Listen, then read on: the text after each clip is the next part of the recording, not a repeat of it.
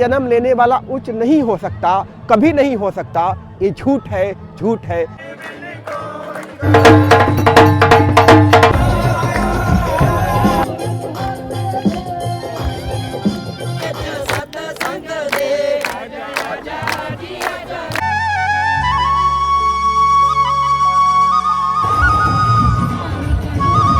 दोस्तों नमस्कार, जय गुरुदेव, धन गुरुदेव। आपके अपने YouTube चैनल भारत दर्शन ब्लॉग पर गुरु रविदास जयंती समारोह के नए वीडियो में आपका स्वागत है। आज 11 फरवरी है और दीपमाला का कार्यक्रम मेरे पीछे आप देख रहे हैं। एक तो दीपमाला का कार्यक्रम गुरु रविदास पार्क में हो रहा है और दूसरा गुरु रविदास जन्म स्थान पार्क, जहां पर गुरु जी की 30 फीट ऊंची विशाल प्रतिमा स्थापित हुई है। यहाँ पर भी 2025 से दीपमाला का कार्यक्रम शुरू हो चुका है और यहीं पर दीपमालाएं बन रही हैं और लोग नृत्य कर रहे हैं और गुरु जी का जन्मोत्सव मना रहे हैं।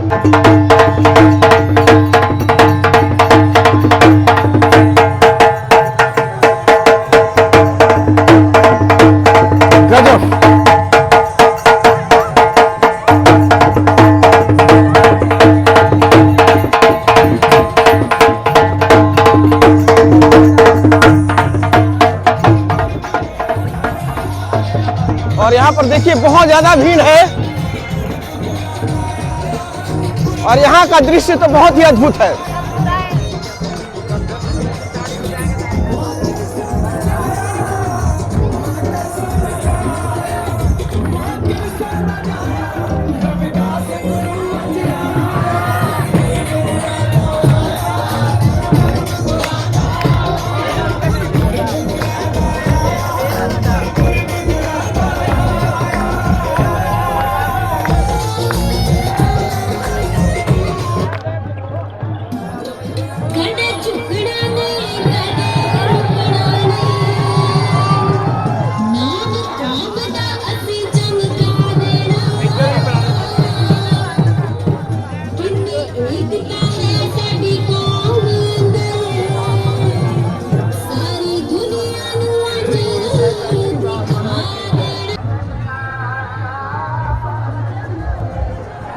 पहली बार यहाँ पर जन्म स्थान पार्क में दीपमाला का आयोजन हुआ है तो जश्न तो होना ही है।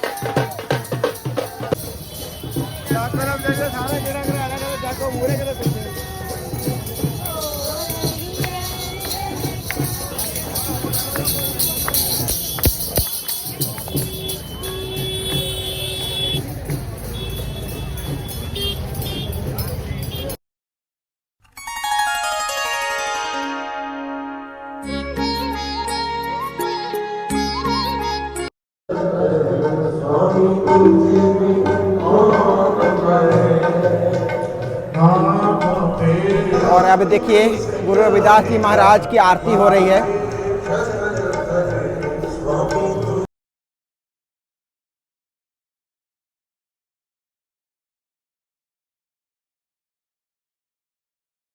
किस जननी ने तुझे जन्म दिया है, अब किस जननी ने तुझे जन्म दिया है, किस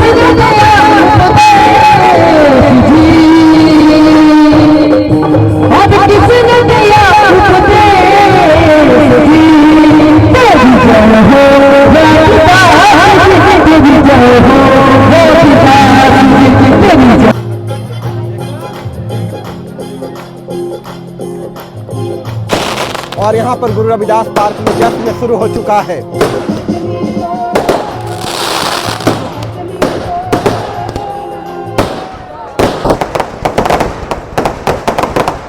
वाह, गजब।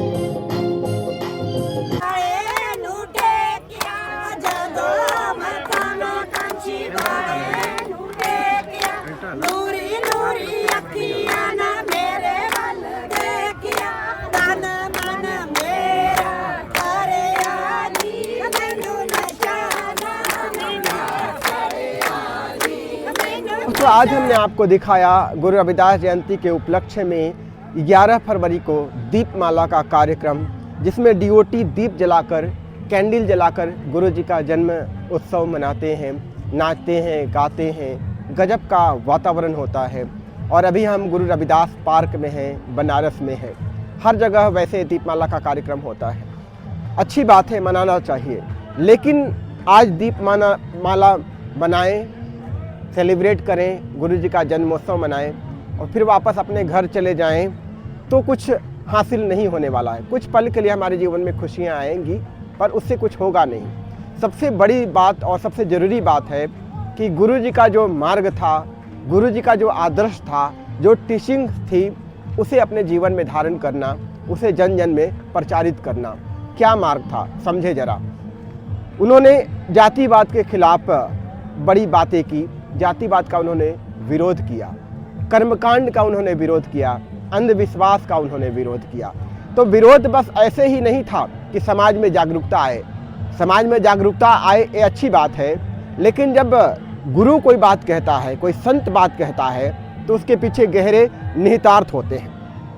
दोस्तों, हमारा जो मानव जीवन हमें मिला है तो एक खास मकसद के लिए मिला है। ऐसे ही हम जानवरों की तरह जीवन व्यतीत करके हम इस संसार से चले जाएं तो कुछ मिलेगा नहीं। हम तो जानवर के जानवर ही रहे ना। जीवन का वो जो उद्देश्य है वो सत्य की अनुभूति है, जिसे आप ईश्वर कह सकते हैं, सच्चिदानंद कह सकते हैं, आत्म तत्व की उपलब्धि कह सकते हैं। तो उस सत्य के मार्ग पर चलने के लिए, उस सत्य की अनुभूति करने के लिए हमारे जीवन में जो बंधन है उसका त्याग करना पड़ता है। क्या बंधन है? स्त्री का बंधन है, पुत्र का मोह है, धन संपत्ति का है, इस शरीर के प्रति आसक्ति है, मैं मेरा का, बहुत सारे बंधन है। ये तो अपने जीवन से जुड़ा हुआ बंधन है। सामाजिक बंधन भी है, एक जातिवाद का बंधन है, जिसके बारे में गुरु जी ने जिक्र किया था। ये जो जातिवाद है, एक उच्च जाति के लोगों को लगता है कि मैं सर्वश्रेष्ठ हूँ और ये निम्न जाति वाले हैं। तो ये जो जातिवाद की जो हमारे दिमाग में भावना बनी हुई है ना, बचपन से सिखाई गई है कि मैं उच्च जाति का हूँ, मैं उच्च जाति का हूँ, ये बहुत बड़ा बंधन है। सत्य के मार्ग में अगर आप आगे बढ़ना चाहते हैं, बहुत बड़ा हिंड्रेंस है कि जातिवाद। एक्चुअल में जब आप डीप में जाएंगे, सत्य की जब आप अनुभूति करेंगे, और सत्य जो संत है वो सत्य की अनुभूति करके बात बोलता है कि कोई उच्च नहीं, कोई नीच नहीं, कोई अच्छे कर्म करता है, किसी के अंदर सद्भाव की भावना है, अगर किसी का सोच ऊंचा है, भावना अच्छी है और जो धर्म के मार्ग पर चलता है, वो उच्च जाति वाला है, वो उच्च है। उच्च कुल में जन्म लेने वाला उच्च नहीं हो सकता, कभी नहीं हो सकता। ये झूठ है, झूठ है, झूठ है। हर संत यही बात बोलता है। कोई निम्न जाति में जन्म लिया लेकिन उसकी भावना सच्ची है और वो धार्मिक है, धर्म के मार्ग पर चलता है, उसका जो आचरण है वो सद्य से भरपूर है, सद्य आचरण वाला व्यक्ति है, तो वो ऊंचा है, न कि उच्च कुल में जन्म लेने वाला। पहली बात तो जातिवाद का हमें विरोध करना है। विरोध केवल अपने तक सीमित नहीं रखना है, बल्कि हर व्यक्ति को समझाना है इस बात को कि जातिवाद एक जहर है, एक सामाजिक बुराई है, इस समाज के लिए नहीं बल्कि हमारे इंडिविजुअल लाइफ के लिए एक जहर है जो सत्य के मार्ग में हमें पहुंचने में एक हिंड्रेंस का काम करेगा। और दूसरा चीज़, कर्मकांड का उन्होंने विरोध किया, अंधविश्वास का उन्होंने विरोध किया। कर्मकांड, अंधविश्वास ये भी सत्य के मार्ग में बहुत बड़े बाधा उत्पन्न करते हैं। जो सत्य में है नहीं उस चीज़ को मान लेना बिना जाने, देवी को, देवता को, भगवान को हमने अनुभूति नहीं की ना, पर हमने उसे मान लिया है। आप देख रहे हैं महाकुंभ में बाबाओं की दुनिया जो उन्होंने मान लिया है कि भगवान है, देवी देवता है, तो सत्य के मार्ग पे अवरुद्ध कर देता है हमारा अंधविश्वास। क्योंकि एक बंधन को हमने त्याग कर दिया, जो पत्नी का बंधन था या पुत्र का मोह था, बंधन था, या जातिवाद को भी हमने त्याग दिया, कर्म का, ये सारी चीज़ों को हमने त्याग दिया। लेकिन वहाँ जाकर फिर हम बंध जाते हैं। किसी खास संप्रदाय में जाकर जुड़ने के बाद, किसी खास तरह की परिपाटी में, किसी खास तरह के कर्मकांड में, किसी खास तरह की परंपरा में हम बुरी तरह उलझ जाते हैं। किसी देवी देवता में हम विश्वास करने लग जाते हैं, भगवान में विश्वास करने लग जाते हैं और उसी को सत्य मानने लगते हैं, तो वो भी बहुत बड़ा हिंड्रेंस है। सत्य के मार्ग में चलने के लिए सब चीज़ का त्याग करना पड़ता है। इस बात को आपको समझने की जरूरत है। किसी प्रकार का अंधविश्वास नहीं, विश्वास कीजिए। जो अनुभव में आए उस चीज़ पर आपको विश्वास करना है। ईश्वर, परमात्मा अनुभूति का विषय है, देवी देवता अनुभूति का विषय है। जब आप मन से, जब आप शब्दों से, जब आप इंद्रियों से, जब आप त्रिगुणात्मक प्रकृति से ऊपर उठेंगे और सूक्ष्म लोक की दुनिया में जाएंगे, तब आपको देवी के भी दर्शन होंगे, देवता के भी दर्शन होंगे, और आप उत्तरोत्तर मार्ग में आगे बढ़ेंगे तो ईश्वर की भी अनुभूति होगी। गुड़ खाए गूंगा तो क्या बताए, वो वाला आपका अनुभूति होगा, आप कुछ बता नहीं पाएंगे। कबीर को वो अनुभव हुआ, रविदास को वो अनुभव हुआ, नानक को हुआ, बुद्ध को हुआ, महावीर को हुआ। तो हमें सत्य के मार्ग पर चलने के लिए हमें जीवन मिला है, तो सभी प्रकार के बंधनों से हमें मुक्त होना पड़ेगा। आपके जीवन में जो दुख है ना, वो बंधन की वजह से है। जितना जितना आप बंधन का त्याग करेंगे, बंधन से मुक्त होते चले जाएंगे, उतना उतना आपके जीवन में खुशियाँ आती जाएंगी। और जिस दिन आप सभी बंधनों से मुक्त हो जाएंगे, उस दिन आप आनंद से भर उठेंगे, जन्म जन्मांतर के बंधनों से मुक्त हो जाएंगे। और यही बात समझाने के लिए गुरु रविदास जी भी आए थे, संत कबीर भी आए थे, नानक भी आए थे, कृष्ण भी आए थे, राम भी आए थे। सभी संत महापुरुष भगवान इसी उद्देश्य के लिए आते हैं। लेकिन हम उनकी पूजा करने लग जाते हैं, उनका जन्मोत्सव मनाने लग जाते हैं, उतने तक आप सीमित रह जाते हैं, तो उसका कुछ फ़ायदा हमारे जीवन में सीमित ही होगा। अगर असीमित फायदा चाहिए तो उस मार्ग पर चलना पड़ेगा, धर्म को धारण करना पड़ेगा और सत्य की अनुभूति करनी पड़ेगी। और देखिए यहाँ पर गुरु जी का जन्म दिवस मनाया जा रहा है, केक काट के। 648 वर्ष